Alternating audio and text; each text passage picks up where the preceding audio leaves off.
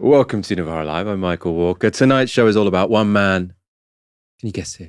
Zohran Mamdani. I'm joined by Sarkar. I suppose you didn't have to stay. Did you stay up to watch the results? I personally didn't. I never do. I didn't stay up because it looked pretty nailed on. And I will say this, because we're going to get into some really serious analysis. And there's going to be a lot of discussion, not just from us, but from all sorts of other media outlets about how historic this win is. I mean, the first Democratic Socialist mayor of New York, the first Muslim American mayor of New York, the first South Asian mayor of New York, the first person born in Africa to be mayor of New York. But the one thing no one's talking about is that, as far as I can make out, this is the first time a cutie patootie has been elected mayor of New York. And that is truly glass ceiling shattering. I will be speaking later. I've got an interview later with Bhaskar Sunkara, New York Democratic Socialist royalty, I think we can say, on his take on the meaning of Mamdani. As ever, if you'd like to support our work, you can sign up at novaramedia.com/support. From polling below 1% at the start of the year, Zohran Mamdani has faced down the billionaire class to become the Democratic Socialist mayor of New York. Thank you, my friends.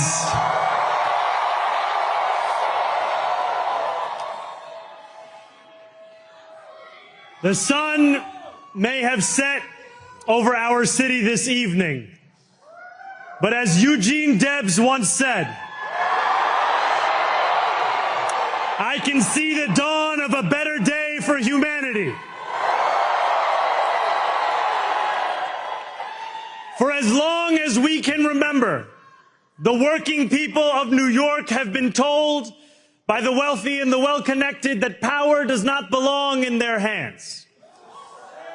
Fingers bruised from lifting boxes on the warehouse floor, palms calloused from delivery bike handlebars, knuckles scarred with kitchen burns. These are not hands that have been allowed to hold power. And yet, over the last 12 months, you have dared to reach for something greater. Tonight, against all odds, we have grasped it. Mamdani there referred to Eugene Debs, who founded the Socialist Party of America in the early 1900s and ran for US president 5 times. And the Socialists of New York seem pretty energized by the win. Mamdani held his election viewing party in the Paramount Theater in Brooklyn. And this was the line for that event last night. As you can see, it goes on and on and on. Everyone looking very happy and trendy. Of course, ever since winning the Democratic primary in June, Mamdani had been the favorite to win the mayoralty. But the scale of the victory remains striking. Mamdani took over 50% of the vote, with his main competitor, former New York State Governor Andrew Cuomo, trailing 9 points behind. There had, at times, been pressure on Sliwa, the Republican candidate, to drop out, giving Cuomo a chance to unite the anti-left vote. But given that Mamdani has won an absolute majority, it clearly can't be put down to a divided opposition. The turnout was also very impressive.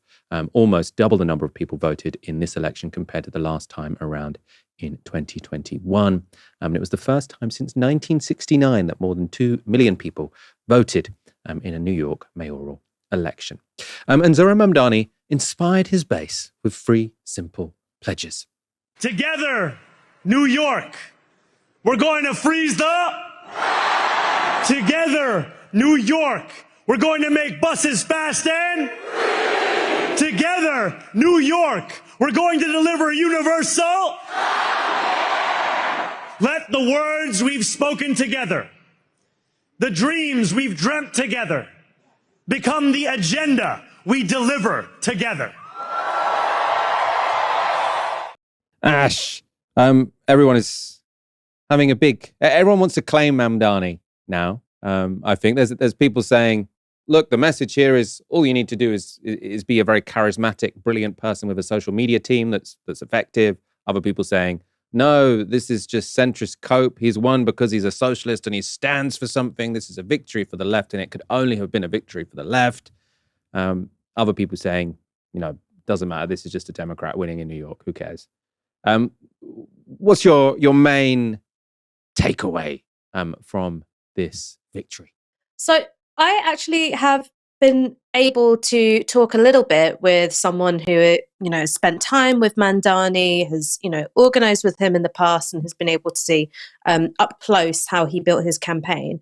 And I think it's sort of all of the above and also none of the above at the same time. So all of the above in terms of Zohran Mamdani, not only is he the things that we can see from him, which is a very gifted communicator, someone who is adept at social media and new forms of media, but also behind the scenes, really good at assembling a team and also really strategic in terms of thinking about the kinds of problems that he's likely to encounter. Now, we're going to go into all of that in a lot of detail, but one such way in which he was very strategic and very forward thinking is that early on, and we're not talking about the mayoral race here, what we're talking about here is the Democratic primary. One of the things that Mamdani made sure to do was surround himself with progressive Jewish New Yorkers who have got, really good links with the community, who are also anti-occupation and critical of Netanyahu, etc., so that he could think about, how do I hold on to my politics around Israel and Palestine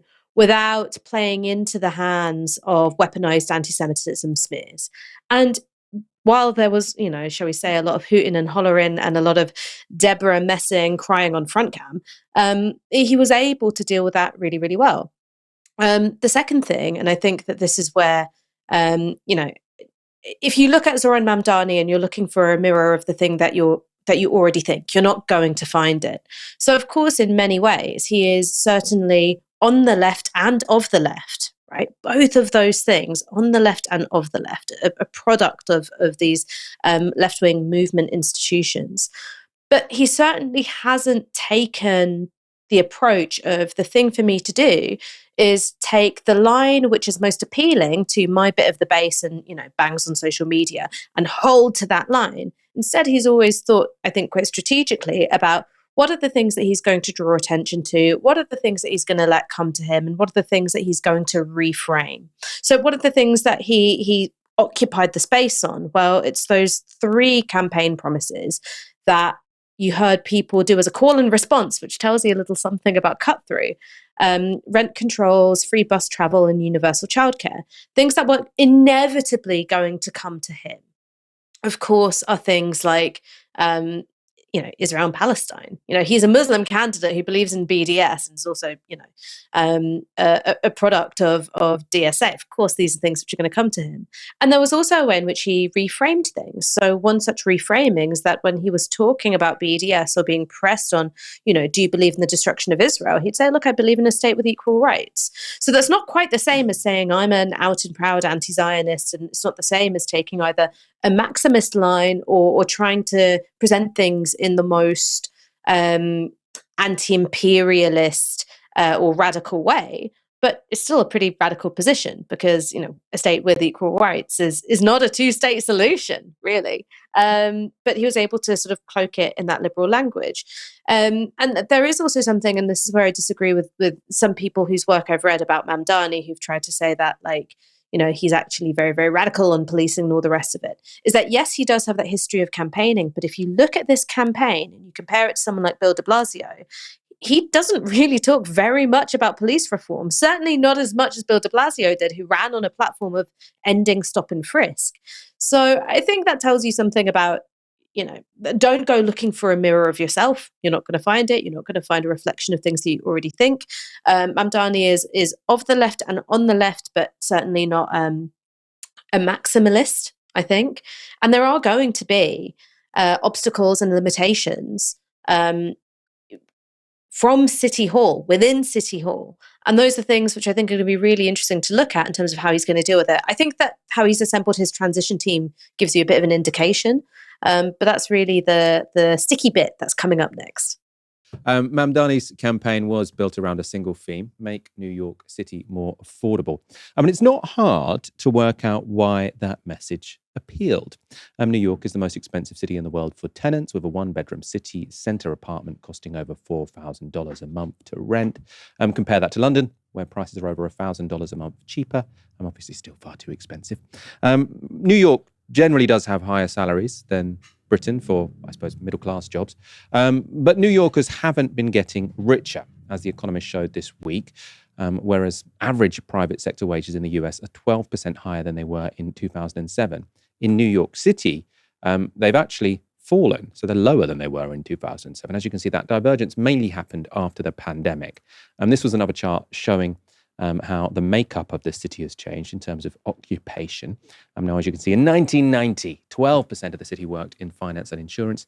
That's now down to 8%. Meanwhile, the number of those working in health and social care, or healthcare and social assistance, has doubled from 11 to 22%. So you can see why that shift might make a city more amenable to a socialist mayor. Of course, that's the context in which a pledge to freeze rents in the city's 1 million rent-stabilized apartments has had broad appeal. Of course, as you heard in that clip earlier, another pledge Mamdani campaigned on was to expand free childcare as it stands. That costs parents between $17,000 and $26,000 a year, which has unsurprisingly driven many, including skilled workers, out of the city. Other pitches from Mamdani included free bus travel in the city and one city-owned grocery store in each of the 5 boroughs. So New York broken up into 5 boroughs. And the childcare and bus pledges in particular will require more cash. The new mayor has said he'll pay for all of that through a new 2% tax on residents earning more than $1 million a year and a significant bump in corporation tax too. There is a catch, though, because in order to do that, he'll need to convince the Democrat-controlled New York state government to pass the NYC-specific laws he's asking for. Responding to his victory, Democrat State Governor Kathy Hochul said this. Just spoke to Mayor-elect and told him, I'm looking forward to working together to make our city more affordable and livable. Congratulations to him and every New Yorker who made their voice heard in one of the city's highest turnout elections on record. Ash, I suppose it's really going to matter what Mamdani does. You know, if people can point to Mamdani and saying, like, he has kept the rents low, the bus system is free and brilliant, everyone's got childcare, you know, that's going to be a real win for socialism in America and potentially around the world, because we all look to America for obvious reasons. What do you see happening next? Well, look, one thing I'll say is that the obstacles are likely to be harder to overcome than anyone anticipated, but also at the same time, Mamdani is likely to have given this more thought and more strategic thinking than has been visible from the outside. I think when it comes to the Democrat as institution, there is something which I think is so interesting here, which is one, because he won an outright majority, if they do try and hinder him or stymie him in the things that he wants to do, that's something which is likely to put them at odds with a significant portion of their own voters. 2, when you look at the sorts of Democrats who were lending him support, I mean, you know, you had some reluctant endorsements from the likes of Kamala Harris, but in the closing days of the campaign, he got an outright endorsement in all but name from Barack Obama. So I think that tells you that there's a little bit of a shift, at least now during the honeymoon period, of how the Democrat establishment are viewing him. Now, that's not going to last forever. And I think that's something which is nailed on to happen, and already the Anti-Defamation League has indicated that they're going to do this, is that I think that there is going to be a concerted attempt to put together reports and take statistics out of context, and also have a very, very low threshold for, you know, what counts as this kind of thing. There's going to be a concerted attempt to try and make New York look like a crime-ridden hellhole and an anti-Semitism-riddled hellhole by Mamdani's opponents. Now, the extent to which that breaks through, the extent to which that changes how voters feel, I think that that's going to have an impact on the posture of the Democratic establishment towards Mamdani. Let's look at how some of his supporters responded to Mamdani's victory. We've been in New York for like 13 years, and this is the first mayor that I'm excited to see come to the city. Why? Why is it important that he get into office? You know, it's really just like, it's so much change. We've had so much status quo for so long. It's just over and over the same kind of thing. It's just a nice breath of fresh air. It feels like a changing of the guard for real this time. Okay. What are your biggest policy hopes? that average people can actually live in the city. That I loved his points tonight. I love that he really stayed on 3 of them. We're going to make the city affordable. We're going to have free buses. We're going to have free childcare. It actually feels like somebody who lives here and feels our struggle. I think his policies are great. He's energetic. He's not afraid to stand up to the system and the president, and I think that's really refreshing. As a Albanian American born in this country, as a Muslim, it's satisfying to see someone my age, same beliefs as me, who wants to make it more affordable in New York City. It's absolutely amazing to see. I love that even his supporters have message discipline. Like he's hammered these 3 lines so often that even, I think that's from Reuters. They're probably not, particularly underhand, but even if sort of people are going there trying to get interviews with Mamdani supporters who might seem out of touch, they're all just like, we're here to talk about free issues. We want free buses. We want rent control. And we want free childcare. Even I've remembered them. On the other side of the Atlantic. Not everyone, of course, is so happy to see a socialist in charge. This was the New York Post's inadvertently iconic front page this morning. It says, on your marks, get set, Zoe. Socialist Mamdani wins race for mayor. And then it says the red apple. Now, apparently, they've flung off newsstands because anyone on the left wants one for posterity. The Post has run a prolonged campaign against Mamdani's election as mayor. This was Donald Trump's forward response to Mamdani's win. So he says, and so it begins. Billionaire Bill Ackman, who poured millions into Andrew Cuomo's campaign, was more magnanimous, congratulating the mayor-elect and offering to help the city if needed. Slightly... He was sort of one of the most angry anti-Mamdani. It was slightly confusing what's going on there. In his concession speech, Andrew Cuomo raised the spectre of lawlessness, joblessness, and anti-Semitism under the new mayor. But he also eked out a tiny bit of grace. Congratulations to Zohran Mamdani.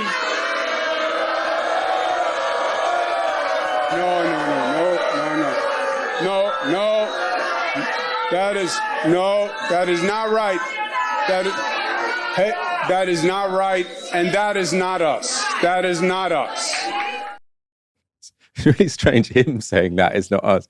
So he's putting out these really bizarre, like AI-induced videos or AI-created videos of Mamdani sort of like knocking on people's doors as this really cynical guy who wanted to sort of steal their money. So the guy that suddenly he's someone who plays nice, I'm not sure I'd buy it.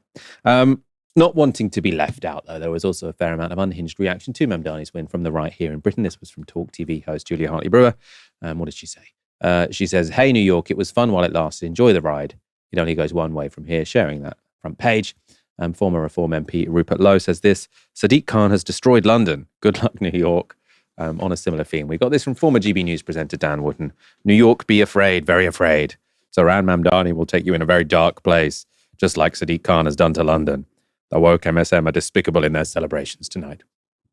The medal for maddest take of all goes to this, though. It's a fake letter, amplified here by anti-Islam professor Gad Saad. He's got over 1 million followers, purported to be written by ISIS.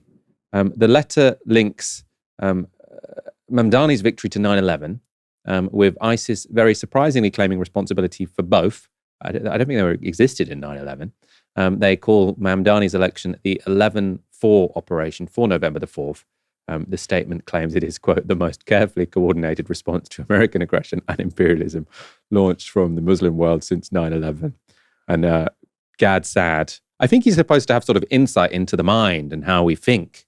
And clearly he's saying this is unbelievable and it's clearly, very clearly made up. Ash, I suppose that the Sadiq Khan stuff makes me laugh because people think London has become this really radical place that's falling apart. Like, London is fine. Sadiq Khan is a massive moderate. Like, if anything, he's a bit wet. And crime is as low as it's ever been. Shoplifting a little bit higher, but violent crime, the crimes that we probably care most about, car robbery, most of them down, safer than it's ever been. And everyone suddenly thinks, well, not everyone, but there's this whole online meme that London has gone to the dogs. It does make you think that if Sadiq Khan scared them, Mamdani is going to be next level, presumably. But But the thing is that like what this is just Islamophobia, isn't it? That's the reason why there's a comparison to Sadiq Khan, because the story is one which is being told through racialized tropes. Here's this Muslim guy who emerges from the left. Of course, Sadiq Khan isn't a democratic socialist, but you get my drift. Comes from the left. And what he's going to do is this twofold thing, which is on the one hand, use the tenets of wokeism to turn your city into a crime-infested hellhole, and on the other, using his secret jihadist connections to, I don't know, establish a caliphate on Staten Island, or, you know, turn Greenwich into a giant mosque, something of that nature. So it is a story which is being told through this sort of web of associations that exists because you've got social media attacks, mainstream media attacks, and this piling up of political rhetoric. So much of this work is being done not through what's being said explicitly, but just through the pictures that you've got up. I mean, that being said, there is an awful lot which is being done explicitly as well. So Deborah Messing, who I mentioned earlier, and the reason why I'm bringing her up is just because she's been posting so incessantly, sharing material which calls Zohran Mamdani a communist and actual jihadist. And at the core of this is a form of Islamophobic racism, which I think shares a lot of coordinates with how anti-Semitic racism works as well. So one of the things that many of these kinds of people think is that if you've got a Muslim who is active in politics, it doesn't matter if he is obviously a scriptural conservative or not. Because even if he's someone like Zohran Mamdani, who is a Muslim, but is also obviously really quite progressive, you wouldn't call him a scriptural fundamentalist by any sense. You say, aha, well, that in itself is suspicious because of this thing called taqiyya. And taqiyya is this idea that Muslims are allowed to lie if it's in the service of spreading Islam. So what you have is essentially a kind of segregationist and apartheid logic, which is any Muslim, regardless of how it is they appear, right? If they're a conservative Muslim, that's bad. But if they're a progressive Muslim, that's even worse because they have to be lying. It means that any Muslim is to be treated with suspicion. And that actually is something that you saw play out again and again when it came to anti-Semitic moral panics targeting Jewish people. On the one hand, if Jewish people were culturally distinctive, well, obviously they're not one of us. But on the other hand, if Jewish people were assimilationist, particularly in Europe, that wasn't to be trusted either because it was them being sneaky. So there is an irony here, not that I expect this to be leading on the front pages of the newspapers, but for me, there is a certain irony here that all of these people who are clutching the pearls about Zohran Mamdani and, are promoting this myth of anti-Semitism, or Zohran Mamdani being an anti-Semite, I should say.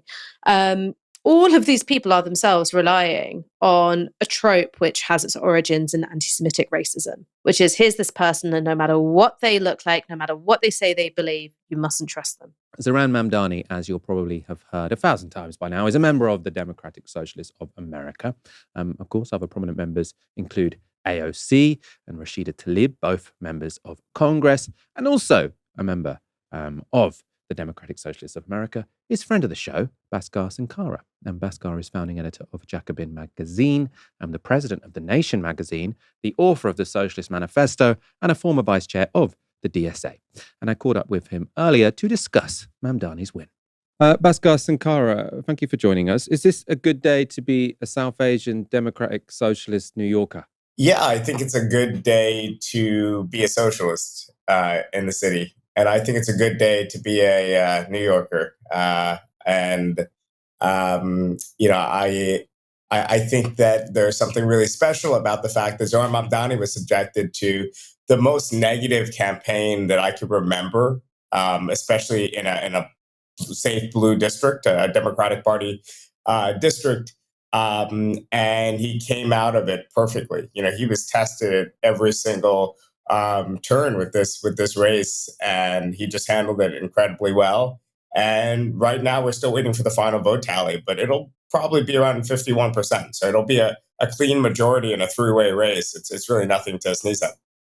And I mean, there's lots of debates about sort of the meaning of his win, which we'll get onto in a moment. I suppose the thing that everyone agrees on is that he is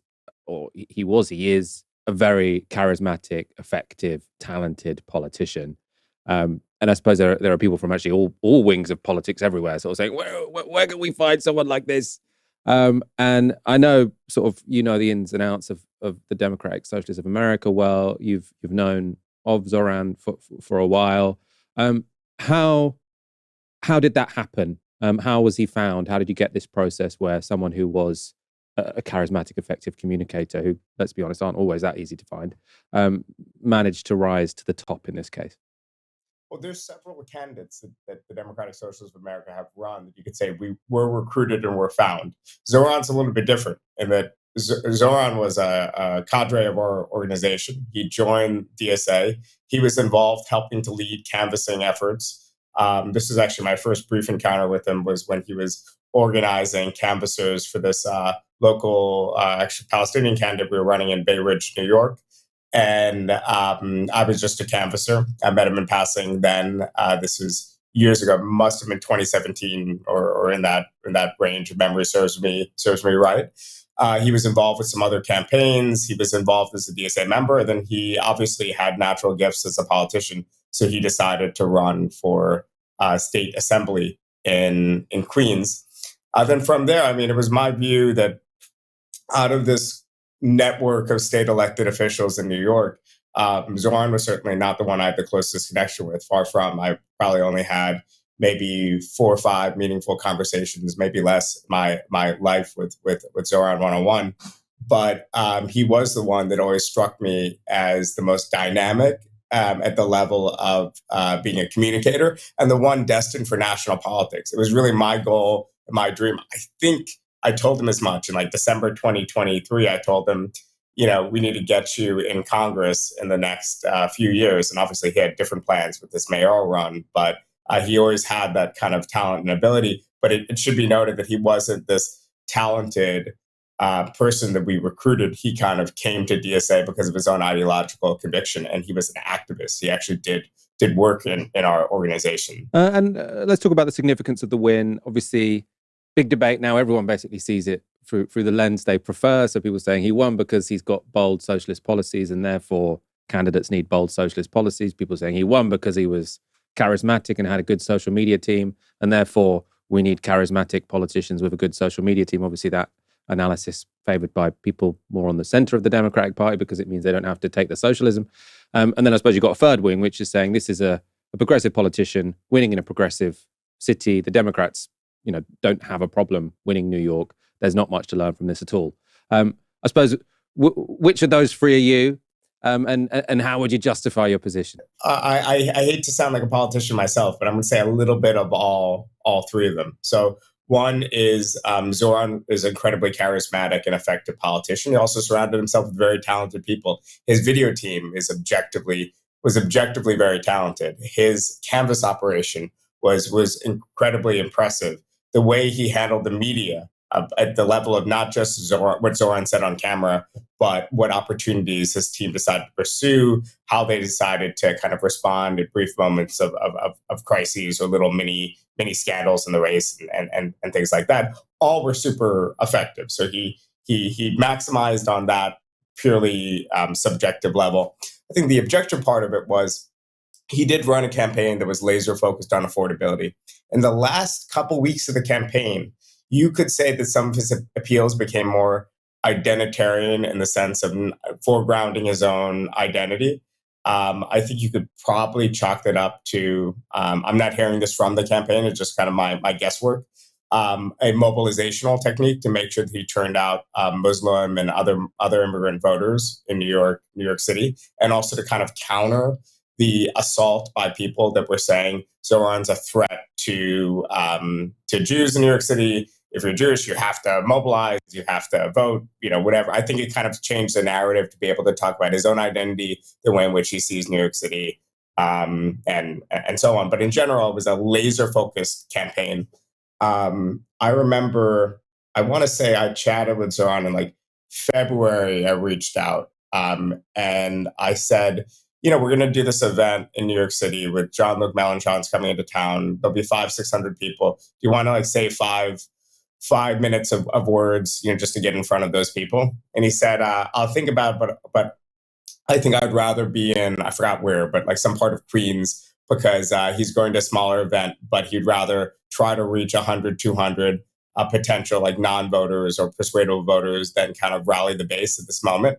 And then at that, I totally appreciated the response, and I totally accepted the logic. But at that point, I was like, this guy really thinks he could win. He's polling around 3%, 4%, but he really thinks he could win. And he's someone on the left enough that he knows exactly what Francis Amiz is. He knows exactly that it was like, a potentially cool thing that he would have jumped at, at any other point in his life. But it was really laser focused on affordability. And it did sort of fit this mobilizational theory of politics that says, run as a principled left-wing progressive candidate, talk about economic issues, and you will rally a new base around your candidacy. It did work in this instance. It didn't work in the two Bernie campaigns broadly. And I think it necessarily won't work everywhere. As far as can this message work outside of deep blue areas? Well, I do think there needs to be some level of social and cultural coding and the way in which we communicate our values, our egalitarian economic values, our egalitarian values at the level of being for the dignity of ordinary people and being against oppression and so on. That language will have to change in different areas. So if you're in an area like Nebraska and you're running for statewide office like Dan Osborne was, I actually think it's perfectly progressive as someone who's on the far left of the immigration issue in the US. I think it's perfectly progressive for Dan Osborne to say, listen, I'm with Trump on securing the border, but I don't believe that we should be separating mothers from their children. I think we should have a pathway for citizenship for people who are following the rules and are here, even if they're here illegally. That to me, in a deeply pro-Trump, plus 14 or so percent pro-Trump area, is incredibly progressive. And I won't get on Dan Osborne because I disagree with this, that, or that approach. So I think we have to be totally open to, especially on cultural and social issues, especially on some of these thorny issues, to allow some grace for our candidates that are left populist in other areas. It is. So you see lots of people, Zohran Mamdani proves you never have to compromise. It's like, well, he ran in a very progressive place. You might have to compromise a bit more elsewhere. Compromise for what it's worth on a lot of issues. I mean, exactly. He's someone who, I mean, I in my brief kind of chats with him in the past, like I've had debates on policing and other things where I think I land where, honestly, from my experience, a lot of the British left is policing is a social good. It could be done in a really nasty reactionary way, or it could be done in a way that, more community engagement, better trained officers, less racist policing, and so on. So I always advocated for plenty of police, but reformed police. And I think that's where Zohran landed from his original position, which was much more of a defund position. I think now he's seeing police as a social good that needs to be funded. And in fact, you have better outcomes with better funding and training. And he's evolved on that and a host of other issues. And I think he's explained where his positions have changed. So it's not like he totally just decided to think about his commitments that he had in 2020 and 2021 and bury his head in the sand. He's actually been evolving on a host of both issues, and also how he chooses to communicate to voters has changed as well. Let's take a step back. It's going to be sort of my final question for you as well, which is New York, obviously, sort of, if you were to pick one city in the whole world that sort of represents global capital, you would say New York, now has a Democratic Socialist mayor. Is that significant? I mean, I suppose on the face of it, he doesn't control Wall Street. He controls buses and the police. But is there significance beyond New York that New York is run by a socialist now? I'm going to give you a pessimistic answer. Not a pessimistic answer, but obviously New York City is an incredible place in the context of the US for many reasons, but one of which is it's a little island of social democracy almost within a sea of hyper capitalism and lack of investment. By that, I mean, both my parents are public sector unionized public sector workers. There was several years of my life, my early 20s, when me, my mom, and my dad were all members of the same public sector union, Unionization levels are above 30% in New York. Almost none of us, or a good majority of New Yorkers, don't have cars. We walk or take public transit everywhere. We have extensive social safety nets in the city. So this model has largely been built on having big capital in the city, including finance and finance jobs being created in the city and then redistributing. A lot of those finance jobs over the past 10, 15 years have moved to other parts of the country, like places like Texas and Florida, other places, particularly Texas. And I guess the question is, there's these long trends that might show a weakening of the tax base in New York for a lot of the programs we rely on. I don't think Zohran necessarily is going to accelerate those trends, because I don't think JP Morgan is making sweeping decisions based on one mayor with like fairly limited, in the grand scheme of things, power. But I do think that he could be blamed for a continued trend, even though, again, the trend started quite a bit earlier. And again, within capitalism, we're reliant on capitalists and rich people to get taxed and use that tax to redistribute to fund our programs. Also, it's worth noting that New York City is, one of the most important cities in the world, certainly the most important city in the US, but we're not the capital. And we're also a lot less important. We're 9-10 million people in a country of 330 million people, whereas you're like a sixth of the population of the UK and London. And also, because you're the capital, you get certain higher degrees of investment from the state. New York gets kind of the opposite, which is not necessarily a bad thing. I don't really want an economy that's so New York centric the way your economy in the UK is so London centric. But there's a lot of limitations to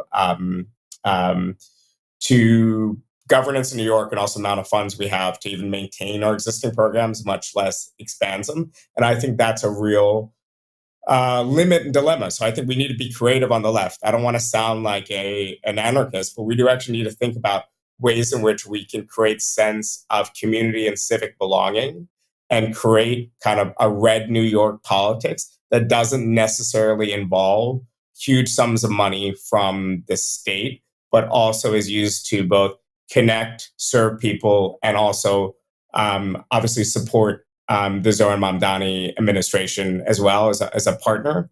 But I think we need to think creatively on the margin and not just think about this as an opportunity to use state power. So this is where I go complete Luxembourgist or kind of anarchistic, because I actually do think that there needs to be this sort of socialism from below that we have to build in New York City, in part because I'm not sure. I would love to build social democracy from above, but I'm not sure there's the resources for it at the moment. So it's kind of giving Ken Livingstone in the 1980s. Yes, I actually was Ken Livingstone, not to plug this Jacobin issue again, okay. But I just edited 2 days ago a very long 3,000-4,000 piece kind of profile that will run in the next issue of Jacobin. So hopefully we get through Jacobin a lot of the New York left thinking about the experience that you had in London and elsewhere. British politicians love looking towards politics in America. They speak the same language, so we can understand it and have detailed opinions. We can have detailed opinions on who's up and who's down. We do it ourselves. Mea culpa. But it's all so much more glamorous than Westminster. And many Labour politicians were quick to send their congratulations to Zohran Mamdani, new deputy leader. Lucy Powell said this: "Congratulations to Zohran Mamdani on such a clear win in New York. His victory shows that boldness and a story of economic change in the interest of the many, not the few, defeats the politics of division and despair." London Mayor Sadiq Khan was also keen. He says New Yorkers faced a clear choice between hope and fear, and just like we've seen in London, hope won. Huge congratulations to Zohran Mamdani on his historic campaign. Mamdani's leadership and his victory put some close to Labour's leadership in an awkward position, though. This new left-wing mayor has exactly the kind of politics, avowedly socialist and anti-imperialist and even anti-Zionist, that Starmer and his coterie have spent the last half-decade denouncing. So would they reluctantly celebrate his win, or would they distance themselves from the politics that seem to have won over New Yorkers. Well, cabinet member and Uber loyalist Bridget Phillipson found a third option: just plead ignorance. Do you like him? What do you think of his candidacy? I'll be honest, I don't follow American politics especially closely. I've seen a bit of it online, but he's clearly fought a good campaign if he's managed to secure such support. Do you really not follow it closely? No. Genuinely. I'll follow the big stories, but not especially. I mean, some people might say this is quite a big story, though, right? He's the New York mayor. No, it's a big story. I mean, I'll follow, the activities of the US government. I'll follow what President Trump has to say, but no, I've got. Yeah, as we'll probably come on to talk about. I've got quite a lot to be getting on with. So, it's so easy to say, look, he's probably not from my wing of the party, but he was clearly very effective and he communicated well, and I wish him all the best. Instead of just she clearly knows who Zohran Mamdani is, right? I mean, good for her. I hope she spends more time on the education brief, which is her job, than reading about Zohran Mamdani. But all you need to have done is read a couple of articles over the past 2 weeks and she would know what he's about. So sort of say, oh, I don't know whether to say I like him or whether to say I don't like him. Let's just pretend I've never really heard of him. Zohran Mamdani, who? Oh, yeah. Oh, I don't know. Who knows? Interestingly, one cabinet minister who is more ambitious than Bridget Phillipson, she wanted to be deputy leader. I think this man wants to be leader, is not pretending that he hasn't heard of Mamdani. So Wes Streeting says, inspirational campaign and victory for Zohran Mamdani in NYC. Lessons for progressives the world over. Now this is, Wes Streeting is really, his shadow leadership campaign has been going on a while. He's the one who sort of talks the toughest about reforms, racism. And now he's sort of allying himself he's saying he's inspired by Zohran Mamdani. I have a sneaky suspicion that Wes Streeting would have preferred Cuomo to win. Wes Streeting is not like Keir Starmer. Keir Starmer clearly isn't a very political person, doesn't have much ideology, doesn't really know what he's doing. Wes Streeting is a very ideological person. He's very politically strategic, and all of his politics are the complete opposite of Zohran Mamdani. Like Wes Streeting, very pro-Israel, hates the left. His whole career has basically been about standing in opposition to the left. So this is an opportunistic endorsement. It's also absurd. Now, that's because it's not just the case that if a Mamdani-like figure were to stand to be a Labour candidate for a major British city, Streeting would oppose them. He wouldn't just oppose them. In fact, he wouldn't need to, because a Mamdani-like person would never have been allowed to stand as a Labour candidate in the first place. Now, I imagine this is obvious to most of our viewers. I'm preaching to the converted to some degree. But let's look at some data points anyway, in case anyone skeptical is watching. In 2021, Rebecca Long-Bailey was sacked as Education Secretary for saying these 6 words: Maxine Peake is an absolute diamond. Long-Bailey there, as you'll probably remember, was sharing a profile of Maxine Peake, one of Britain's most celebrated actresses, who also happened to be a constituent and friend of Rebecca Long-Bailey. The reason this tweet was so offensive, though, and fell foul of the Labour leadership was because Peake, in the interview, among many other claims, had mentioned that US police officers had been trained in Israel. This was Starmer's response. Well, the sharing of that article was wrong, and because the article contained anti-Semitic conspiracy theories, and I have therefore stood Rebecca Long-Bailey down from the shadow cabinet. It was wrong because it contained an anti-Semitic conspiracy theory. Well, would Zohran Mamdani ever have done such a thing, this person that now Wes Streeting appears to endorse? Would he have done anything so extreme as to share an article where someone made a connection between American police and Israel? Well, actually, he went one step further and made the connection himself. And I think that for anyone to care about these issues, we have to make them hyperlocal. We have to make clear that when the boot of the NYPD is on your neck, it's been laced by the IDF.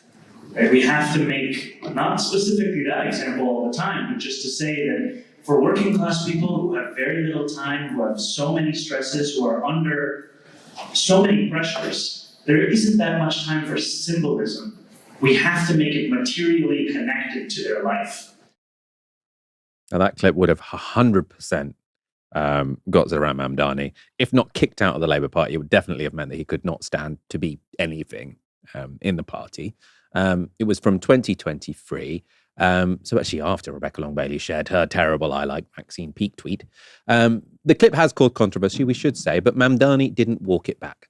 What does that mean? I mean, that was just 2 years ago. What does that mean that the boots of the NYPD have been laced by the IDF? It was a reference to training exercises that have taken place between the NYPD and the IDF. And I've spoken again. So do you still believe that the NYPD is basically working in hand in glove with the IDF? No, what I've made very clear is those are training exercises that were a concern to me. And what my focus is on working with the NYPD to actually deliver public safety for New Yorkers across the 5 boroughs. So he's saying, it's not, implicit is it's not an anti-Semitic trope. It was true. They were doing these training exercises. Interestingly, in that interview, if you watch the whole of it, he basically goes on to bring it back to public safety. He's like, because the thing he really did shift on, as was mentioned with Bhaskar, is this idea of defund the police. He was very clear. I have changed my mind on the police because I think they're really important for the safety of New Yorkers, and I will fund them properly, and I will, I'm going to support the police force that I will be the boss of. But the Israel thing, he didn't walk back at all because he said those training events did take place. Clearly, that would not have been allowed in today's Labour Party. Let's move on to evidence point 2. We're moving on to Andy MacDonald, who was suspended as an MP in 2023 for saying this. Palestinians have been deprived of their basic human rights, their dignity and their freedom. We will not rest until we have justice.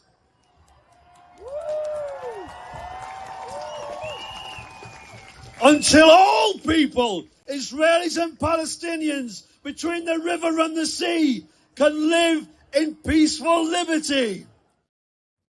Now, I still think suspending Andy MacDonald for that is one of the craziest things Keir Starmer has ever done. Right? So from the river to the sea, Palestine will be free. That can be considered an anti-Zionist slogan, which I think is completely fine. But some Jews find it offensive.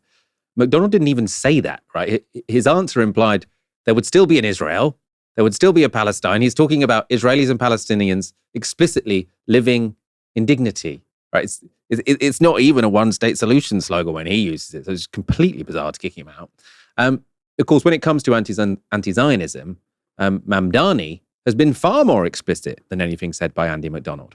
Do you support Israel's right to exist as a Jewish state? I support Israel's right to exist as a state with equal rights. I believe that every state... Why not as a Jewish state? Because I'm not comfortable supporting any state that has a hierarchy of citizenship on the basis of religion or anything else. I think that in the way that we have in this country, equality should be enshrined in every country in the world. That's my belief. That was such an impressive answer. Again, I'm sure it wouldn't be allowed in today's Labour Party. But I do think the fact that Mamdani has won in the world's most Jewish city outside of Israel just shows you don't need to pander to the ridiculous blackmail that says you have to be an ardent Zionist or you're effectively a racist. Obviously, this section could go on for a very long while if we're going to talk about all the people who were kicked out of Labour or blocked for standing for ridiculous reasons. Let's just remind you, though, before I go to Ash, of 2 more prominent left-wingers who could have gone on to energise Labour's base, but who were blocked from standing for positions. So in 2023, Labour blocked Jamie Driscoll from the North East mayoral list. Driscoll was at the time the North of Tyne mayor, so very qualified by all accounts. But his crime was appearing alongside award-winning filmmaker Ken Loach. I mean, you're not allowed to stand next to actresses, or you're not allowed to praise actresses or stand next to film directors. That seemed to be the rule in the Labour Party for a while. Ken Loach had set his most recent films in the North East, hence he was appearing with Jamie Driscoll. Next, we have Faiza Shaheen, who was selected by local Labour members to stand as MP for Chingford, but stripped of her role just weeks before the 2024 general election. Her crime, liking a tweet in support of boycotting Israel and liking a Jon Stewart sketch about the Israel lobby. Ash, if Zohran Mamdani was in the Labour Party, first of all, I mean, they probably would have kicked him out.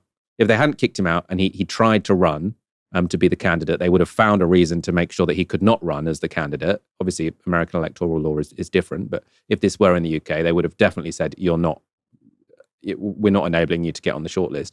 Then they would have thrown everything at him so that he didn't become the candidate, like they did to Faiza Shaheen, who then won the Democratic vote in her constituency. And then, so even if he won all those different things, which Mamdani did, if he won the primaries, even afterwards, they would have still said, we're finding some way to strip you of this. There is no way that a Mamdani-like figure would be able to stand for Labour anywhere. in this day and age. So sort of the idea that Wes Streeting saying lots of lessons to learn is it's part of his leadership campaign, clearly, but it's dishonest, let's say. Wes Streeting being dishonest. Anyway, give me your thoughts. Well, look, I think if failing all that and Mamdani still managed to squeak through Labour Party processes, Morgan McSweeney would put him in a sack, tie it up and throw it in a river. It's funny that we're talking about this tonight because actually we've got a downstream coming out on Sunday where I interview Paul Holden, who, as viewers may recall, is an investigative journalist and author of a new book called The Fraud, which is about Keir Starmer's rise to power.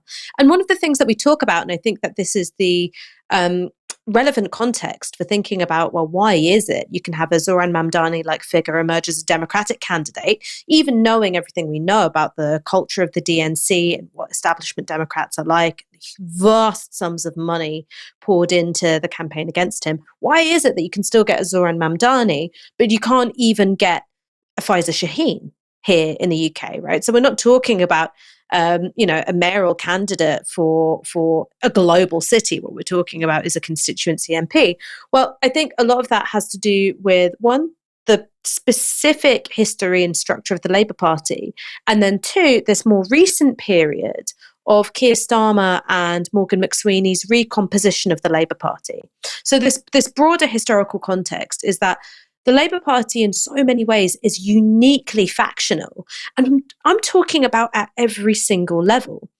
So even before the rise of Corbyn in 2015, even electing constituency officers, right? So I'm talking about the constituency Labour Party level. It was so ferociously factional. I mean, I'm not exaggerating much when I say that you could wake up with a horse's head in your bed.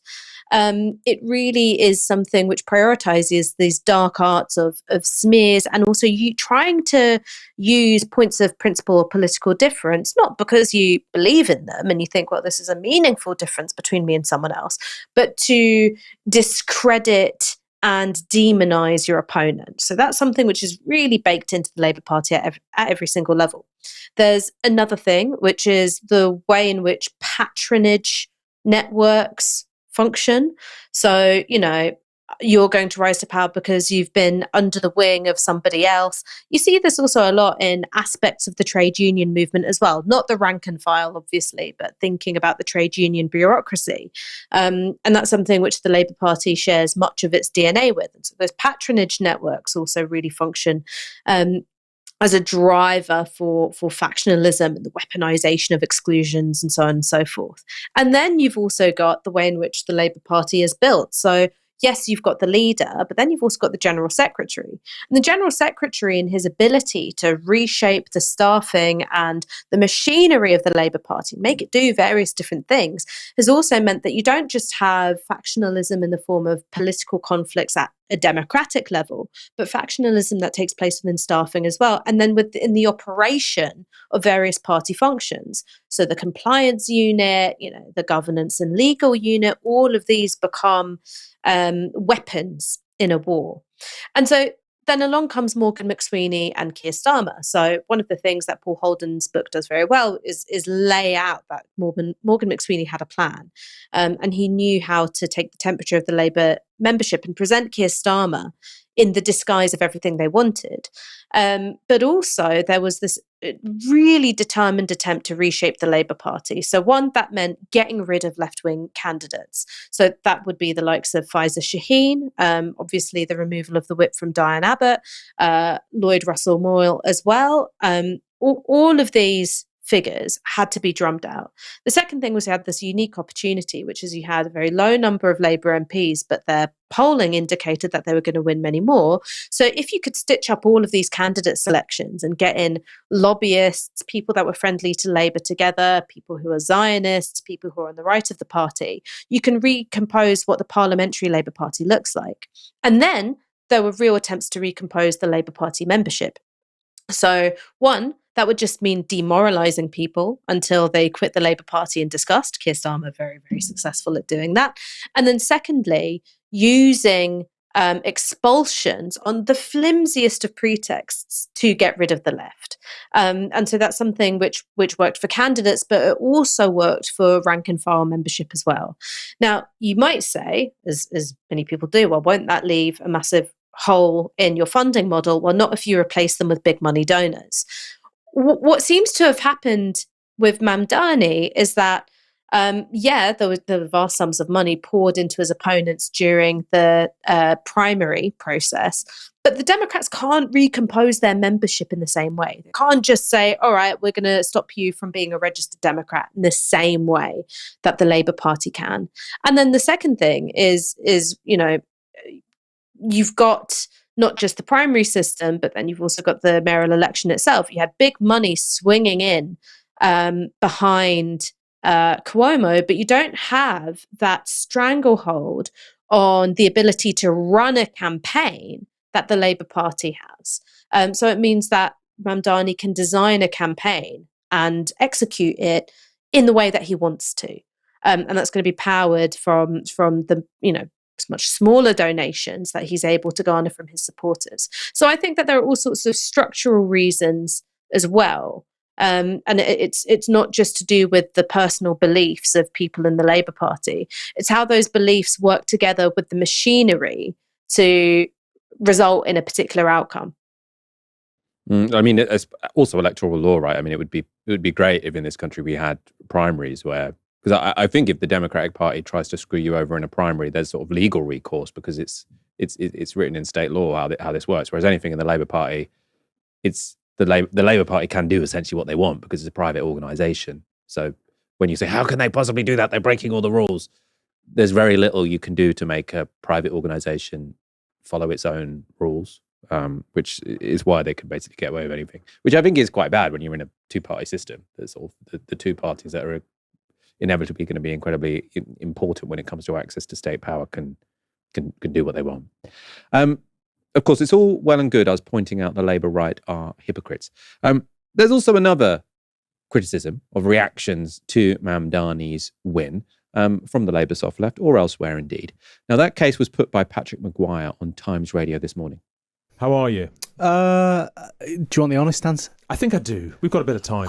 I'm pretty wound up. I was scrolling through Twitter, now known as X. Heard of it, yeah. And I was bombarded with Labour MP after Labour MP saying, Zohran Mamdani shows us how to win. We finally know how to beat reform.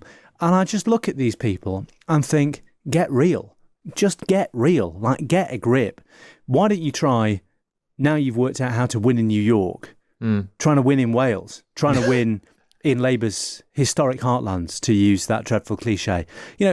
They've worked out, apparently, that the way to save progressivism is to run a singularly charismatic, brilliant communicator who understands the modern attention economy against a disgraced sex pest who killed a load of old people during COVID, allegedly, or that's how people in New York see him, and do it in the biggest liberal city, one of the biggest liberal cities in America. And that's apparently how you beat Nigel Farage and challengers to your left as a singularly unpopular government in a parliamentary system in Britain. It's just, I'm just sick of this. And also, where were these people when Labour won 11% of the vote in Caerphilly? Like, get real, guys. Get a grip. But I mean, also, even they may think that Mamdani is one of them. He doesn't think he's one of them. No. Yeah. And look, it's just so depressing. It's sort of like, this is the most energetic I've seen the Parliamentary Labour Party in months. And it's because of a mayoral election in New York. I mean, by the way, I'm not being parochial. I'm not saying we can't learn anything. And the guy is a brilliant communicator, a fantastic campaigner, etc., etc. But, I mean, there are bigger problems and more pressing issues for you guys to deal with. Ash, he has got a point, hasn't he? Because I suppose we should be absolutely clear. Obviously, he's talking about people who aren't really democratic socialists anyway. But if you're a left-wing socialist, Mamdani winning the mayoralty of New York is very, very significant. It's something that didn't seem possible. It's incredibly significant in terms of sort of leftist politics and how people understand that. I mean, a lot will depend on whether it goes well or not.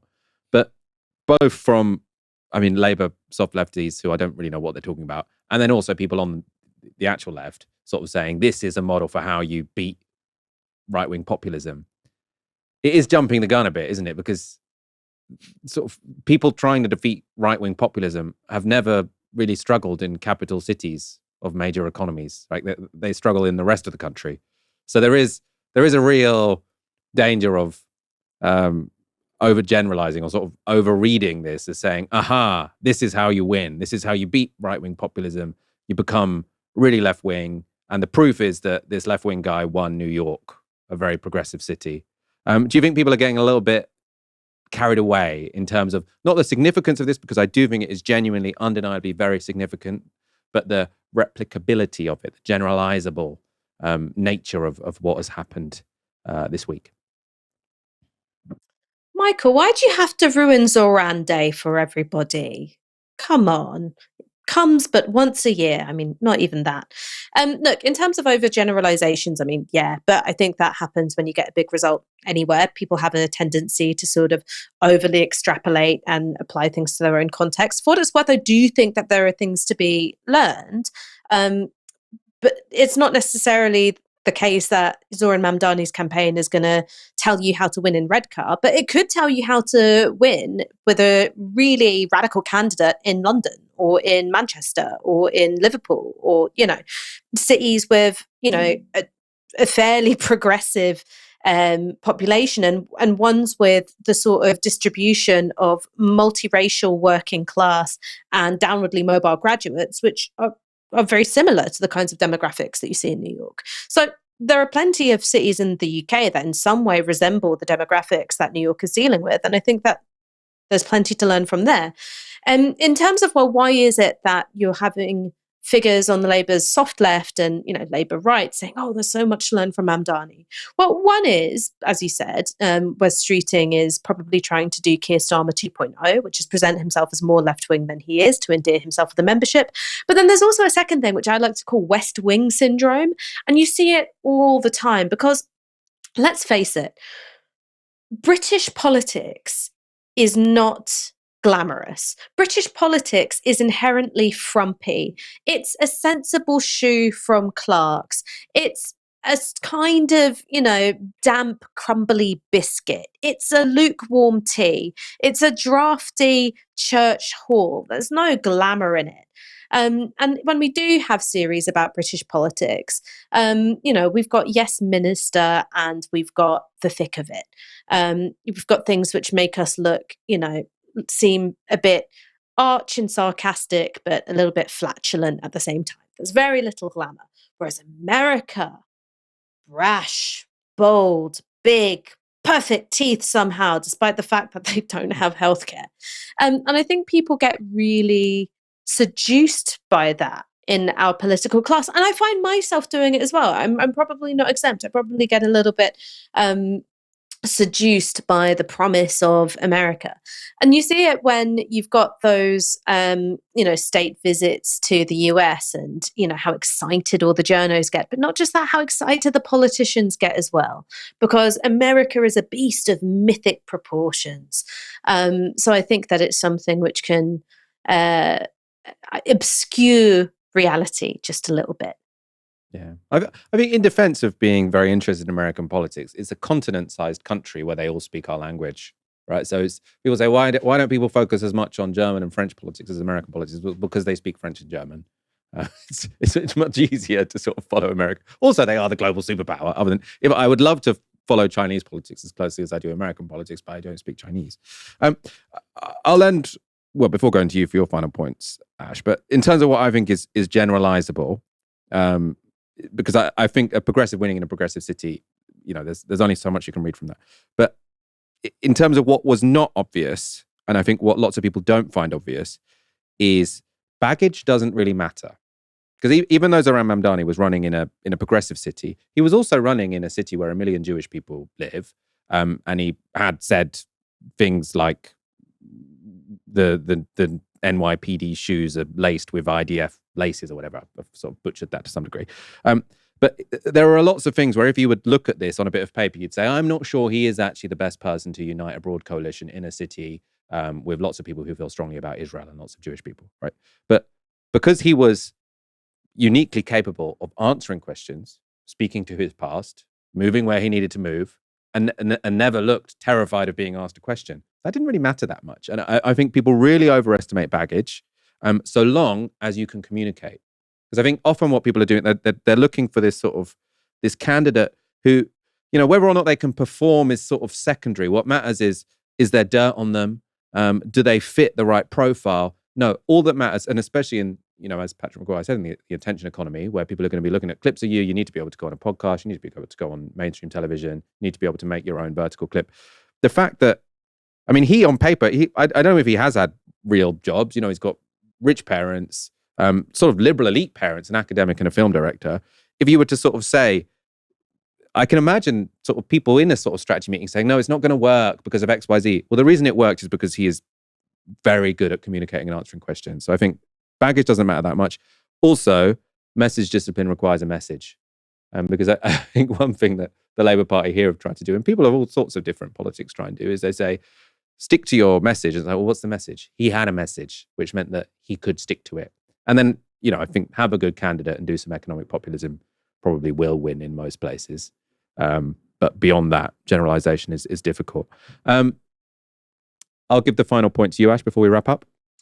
Ooh, I mean, such a big one, which is like what's replicable and what's not.